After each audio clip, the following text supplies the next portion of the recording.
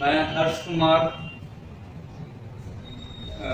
आपका हार्दिक स्वागत करता हूं हमारे YouTube चैनल जीएस जंक्शन पर।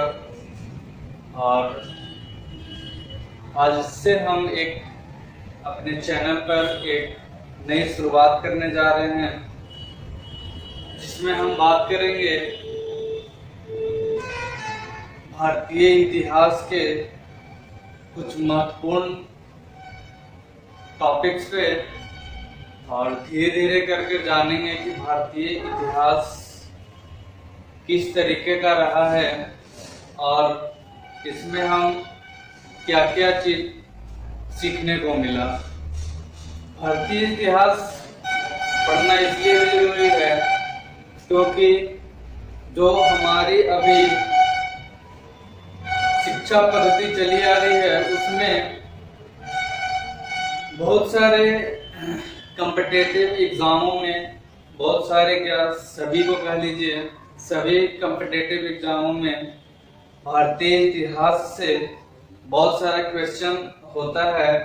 ठीक है, तो भारतीय इतिहास में 3 भाग होता है। 3 भाग में प्राचीन इतिहास, मध्यकालीन इतिहास और आधुनिक इतिहास, ये 3 भाग होते हैं। सबसे पहले इतिहास की बात कर लें तो इतिहास में भी भारत का इतिहास और विश्व का इतिहास। ठीक है, तो भारत का इतिहास हम आज पढ़ेंगे, विश्व का इतिहास हम नहीं पढ़ेंगे। ठीक है, भारत के इतिहास में 3 काल में यहाँ इतिहास संपन्न हुआ। जैसे प्राचीन इतिहास में इसे बांटा गया, मध्यकालीन इतिहास में और आधुनिक इतिहास में। ठीक है, तो सबसे पहले हम बात करेंगे यहाँ प्राचीन इतिहास से। प्राचीन इतिहास के बारे में बात करेंगे, यानी कि इसे हम लोग एंशिएंट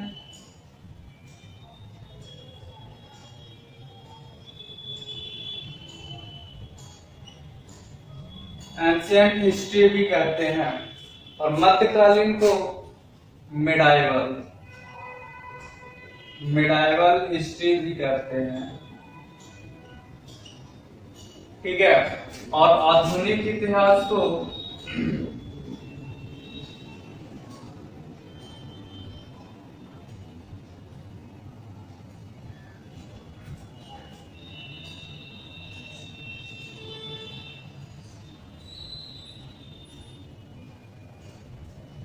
मॉडर्न हिस्ट्री कहते हैं।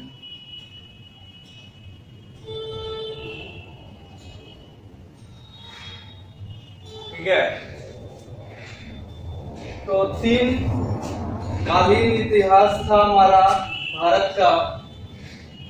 हमारे भारत के इतिहास को 3 भागों में बांटा गया, प्राचीन इतिहास, मध्यकालीन इतिहास और आधुनिक इतिहास।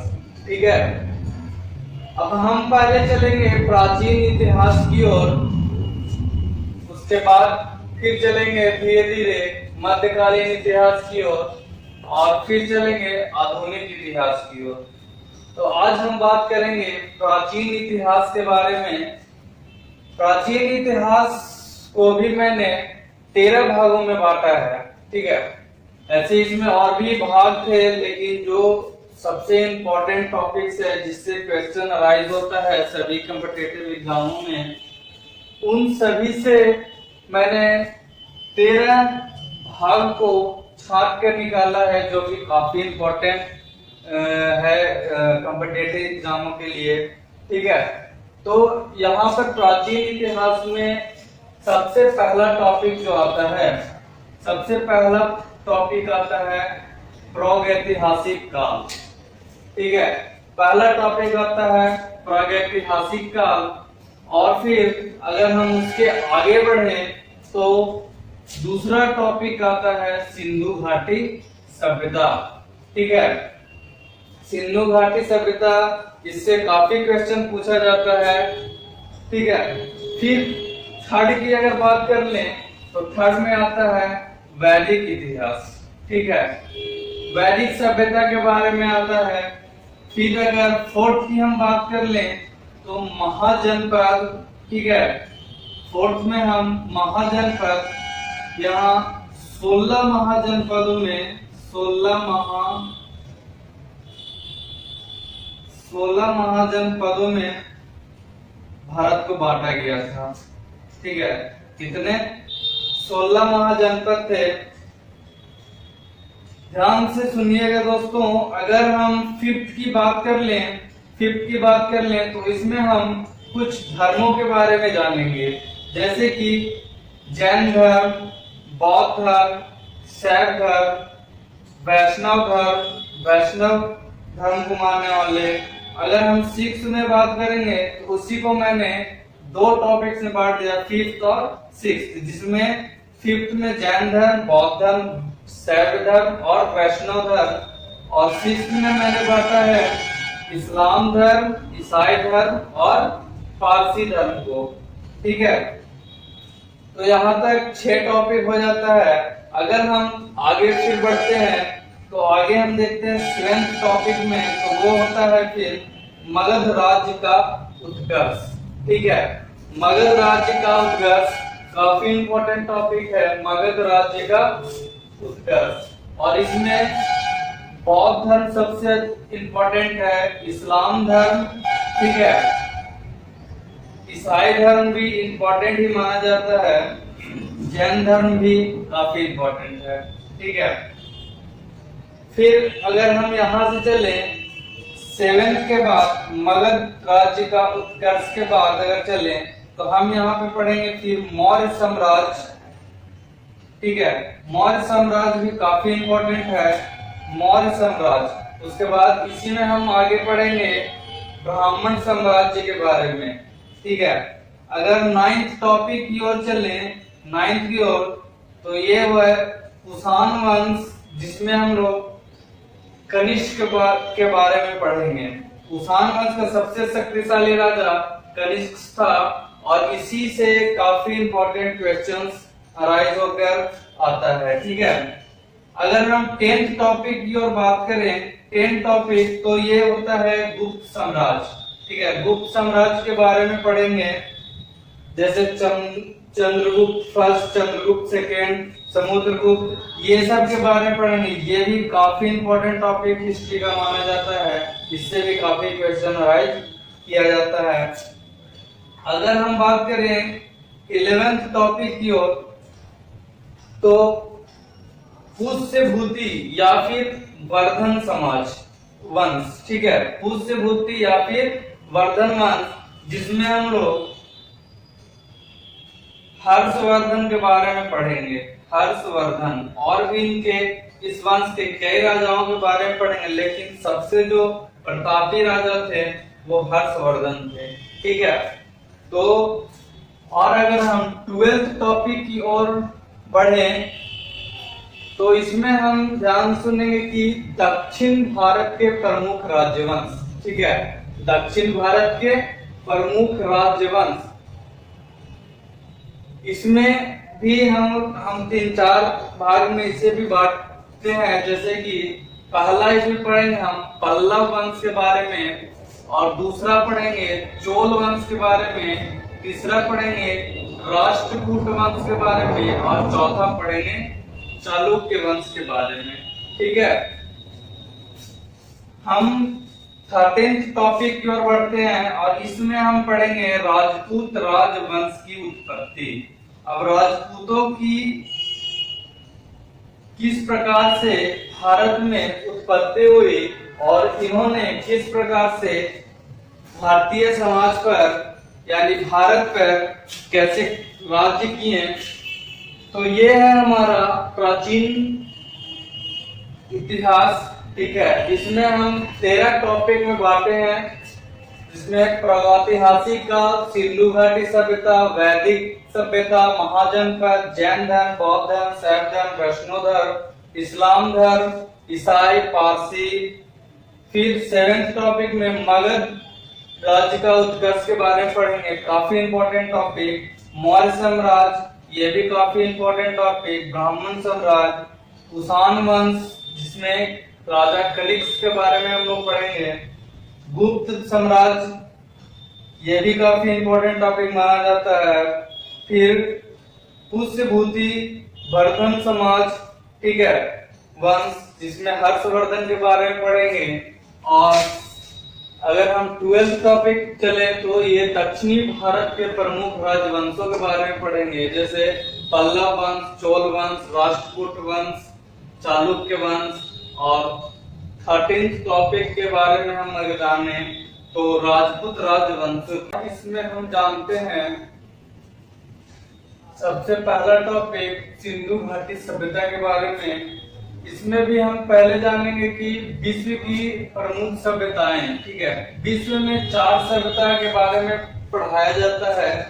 सबसे पहला मेसोपोटामिया की सभ्यता, जो कि दजला और फरात नदी के किनारे विस्तृत हुआ था। अगर हम दूसरा बात कर लें तो मिस्र की सभ्यता, जो कि नील नदी के किनारे क्या हुआ था, विस्तृत हुआ था। थर्ड में हमारा आता है भारत की सभ्यता, जिसके बारे में हम आज पढ़ेंगे सिंधु घाटी सभ्यता, जो कि सिंधु नदी के किनारे क्या हुआ था, विस्तृत हुआ था। फोर्थ में हम बात करते हैं चीन की सभ्यता। चीन की सभ्यता जो कि हांगहो नदी पर क्या हुआ था, विस्तृत हुआ था। हांगहो नदी पर ये विस्तृत होता था।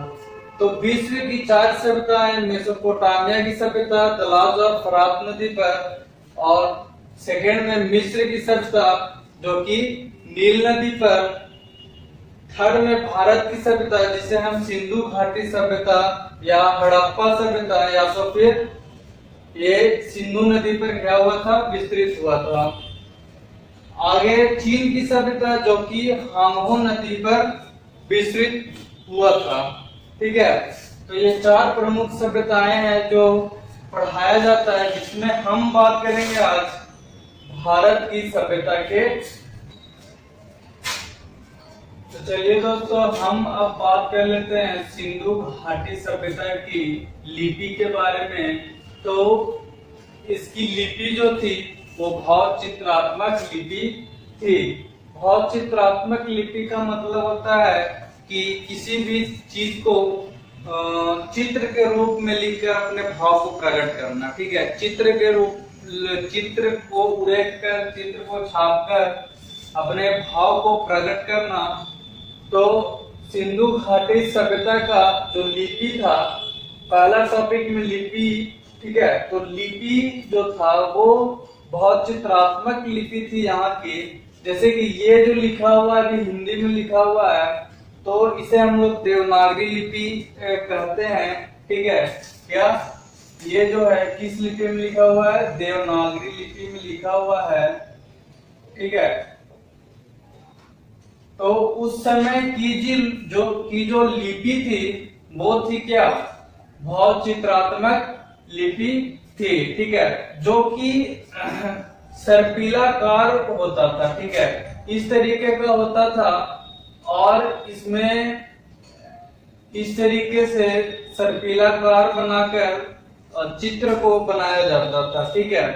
जिसका पहला लाइन जो शुरू होता था, जैसे हम लोग इस साइड से लिखना स्टार्ट करते हैं, तो इस तरह से पहला लाइन जो उस समय का होता था वो दाएं की ओर से लिखा जाता था, और जब यहाँ से सेकेंड लाइन शुरू होता था तो वो बाएं की ओर से लिखा जाता था, ठीक है। इसमें मूल चिन्ह जो होते थे दोस्तों वो 64 थे, ठीक है। मूल चिन्ह जो होते थे इसका, बाकी इसमें और भी चिन्ह हो सकता था, पर मूल चिन्ह जो होता था 64 चिन्हों से बना होता था। और इस लिपि को सबसे पहले पढ़ने का प्रयास, इस लिपि को सबसे पहले पढ़ने का प्रयास बेडेन महोदय किए थे, ठीक है। बेडेन महोदय किए थे, ठीक है ना। तो ये एक अंग्रेज थे जिन्होंने इसे पढ़ने का प्रयास किया, ठीक है, पर क्या रहे, असफल रहे इसे पढ़ने में, ठीक है। अभी तक दोस्तों ये जो भाव चित्रात्मक लिपि है सिंधु घाटी सभ्यता के समय का, जिसे अभी तक किसी ने पढ़ नहीं पाया है, उसकी भावों को अभी तक कोई समझ नहीं पाया कि आखिर ये चित्र जो थे उस समय के वो क्या कहना चाहते थे। लेकिन पढ़ने का प्रयास बेडेन महोदय ने किया था, जो कि उन्हें क्या असफलता हाथ लगी और वो पढ़ नहीं पाए इसे हम लोग सर्पिला कार कहते हैं, क्योंकि ये सर्प के जैसा इसका चित्र होता था। या फिर इसे हम ब्रुस्टोफेदन, ब्रुस्टोफेसस, ब्रुस्टोफेदस या फिर ब्रुस्टोफेदम भी कहते हैं। ठीक है, तो ये था सिंधु घाटी सभ्यता की लिपि, और इसे हम लोग हड़प्पा लिपि भी कहते हैं। ठीक है, इसे हम लोग हड़प्पा लिपि भी कहते हैं। सिंधु लिपि का पहला नमूना 1853 ईस्वी में मिला था। ठीक है, सिंधु घाटी का जो पहला लिपि मिला था, पहला नमूना मिला था इस लिपि का, वो 1853 ईस्वी में मिला था।